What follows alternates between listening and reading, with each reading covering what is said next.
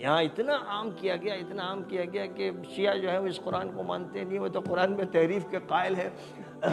کہ لوگ یہی بات کہتے ہیں، اسی کو دہراتے ہیں۔ ارے بھائی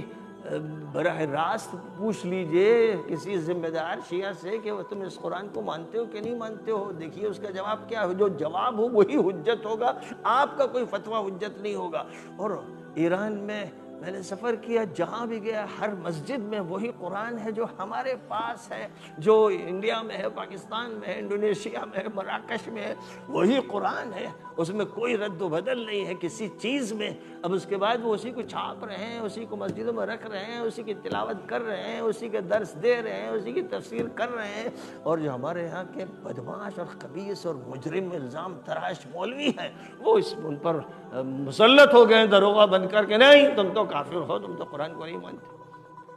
تو اس طرح کی جو باتیں ہیں وہ بڑی خطرناک ہیں، اور انہوں نے ہی امت کو توڑا ہے، اور اب امت کو جوڑنے کا وقت آ رہا ہے، یعنی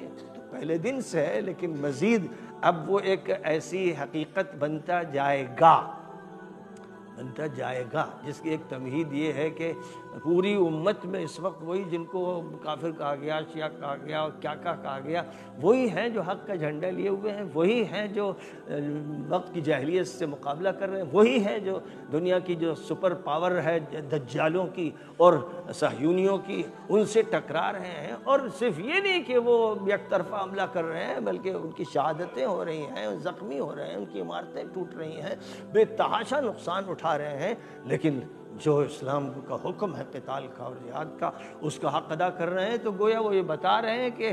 اگر کوئی حق پر ہو سکتا ہے جو دشمنوں کو پہچانے اور ان سے مقابلہ کرے اور ٹکرائے اور قرآن کا مقصد پورا کرے، تو بہرحال یہی اللہ کے بندے ہیں، یہی جیالے ہیں، یہی مجاہد ہیں جو یہ کام انجام دے رہے ہیں۔ اور یہی بات دھیرے دھیرے آگے بڑھتے بڑھتے حضرت مہدی تک جب پہنچے گی، تب تو کوئی ادارہ نہیں رہے گا،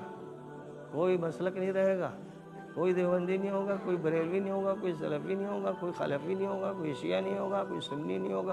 کوئی بھی نسبت نہیں ہوگی، صرف قرآن کی دی ہوئی نسبت اسلام اسلام اسلام ہوگا، اسی کا کلمہ سربلند ہوگا۔ اور جتنے بھی اس کے خلاف باتیں کرنے والے لوگ رہے ہیں اور مفتیوں نے فتوے دیے ہیں، وہ سب جلا دیے جائیں گے، خاکستر کر دیے جائیں گے، ایک نظام برپا ہوگا اور وہ اسلام کا ہوگا اور حق کا ہوگا۔ تو وقت آنا ہے،